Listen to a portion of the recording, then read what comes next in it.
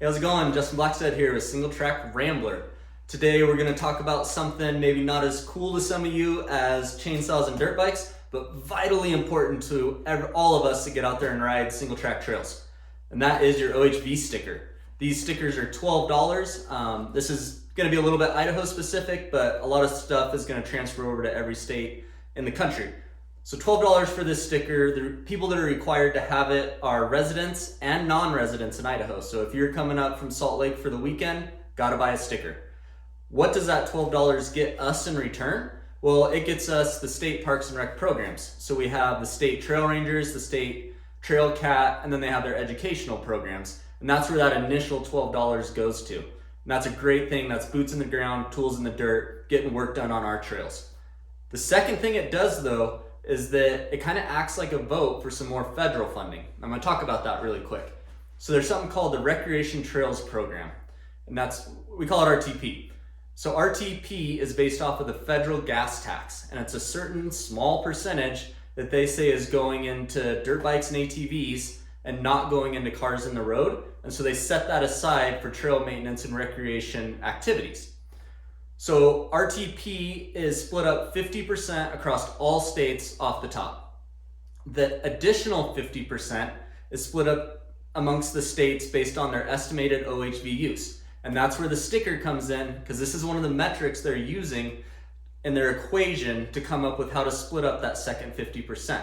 So that's how buying these stickers ends up acting like a vote to bring more federal money to your state so that you can have better trails programs. Hope that kind of clears it up. Ask any questions in the comments.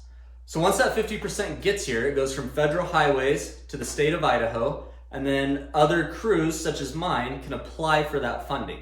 So we bring in some money from it every year. We have to apply to it every year. There's a board that looks over all of these grant applications and decide what are the most meaningful trail projects that we want to fund with the RTP account. And that RTP account in Idaho roughly brings in $1.5 million a year. So it's a pretty big sum of money. Once that is divvied out, we go out, we do our projects. Again, you're compounding it. We're getting more work on the ground with that initial $12 investment because you're voting for more money to come to your state. That's super important. That money from RTP came out in the 90s, I believe. And it was super political when they were doing it. So how it breaks out is 30% of it is set aside for motorized specific, 30% is for non-motorized, and 40% is for multi-use. So when I'm applying for grants, if it's gonna directly benefit the motorized users the most, I'll kind of steer towards that 30%. If it's a grant that I'm doing that's kind of more like, hey, we're gonna do some super heavy maintenance on 20 trails that everybody likes to use, I'll tap into that 40% that's multi-use. And that 30% that's for non-motorized, this is something you can tell your buddies, is hey, we pay for these stickers.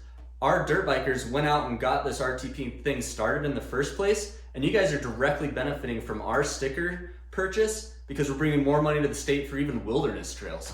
So it's a really big deal. I know some of my mountain bike buddies are starting to buy OHV stickers for their mountain bikes once I explain to them how this funding works. So let's get into a quick history really quick.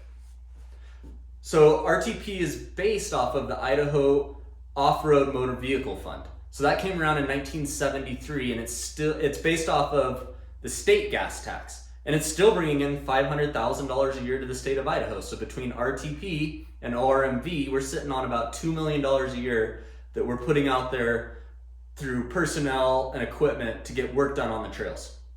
And that's over the whole state.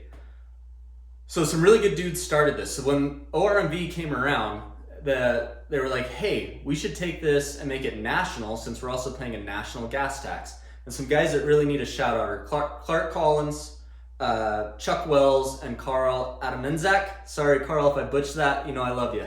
But anyway, so these three guys were basically sitting around a campfire, and I think it was even around my district, and said, hey, they're part of the Pocatello Trail Machine Association too, I think. And they're like, hey, we should take this national. And those guys grassrootsed it and took it all the way to the top and got it done. So that's dirt bikers, right? Dirt bikers choosing to be taxed and come up with stickers. So that way we guarantee that there's always going to be funding for trail crews. And even though all of us are out there doing, log out stuff, that's great. But you know, there's more to it than that. There's the trailheads, there's the bathrooms at your trailheads, there's the toilet paper. There's all these things, kind of these costs that we don't think about to maintain these trails and trail systems that these RTP and ORMV grants are helping out with.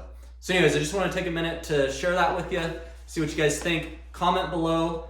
I'll be doing some interviews shortly with some of the state guys and whatnot, so hit a subscription if you want to. Hopefully you find this channel useful, and we'll see you on the next one. Thanks.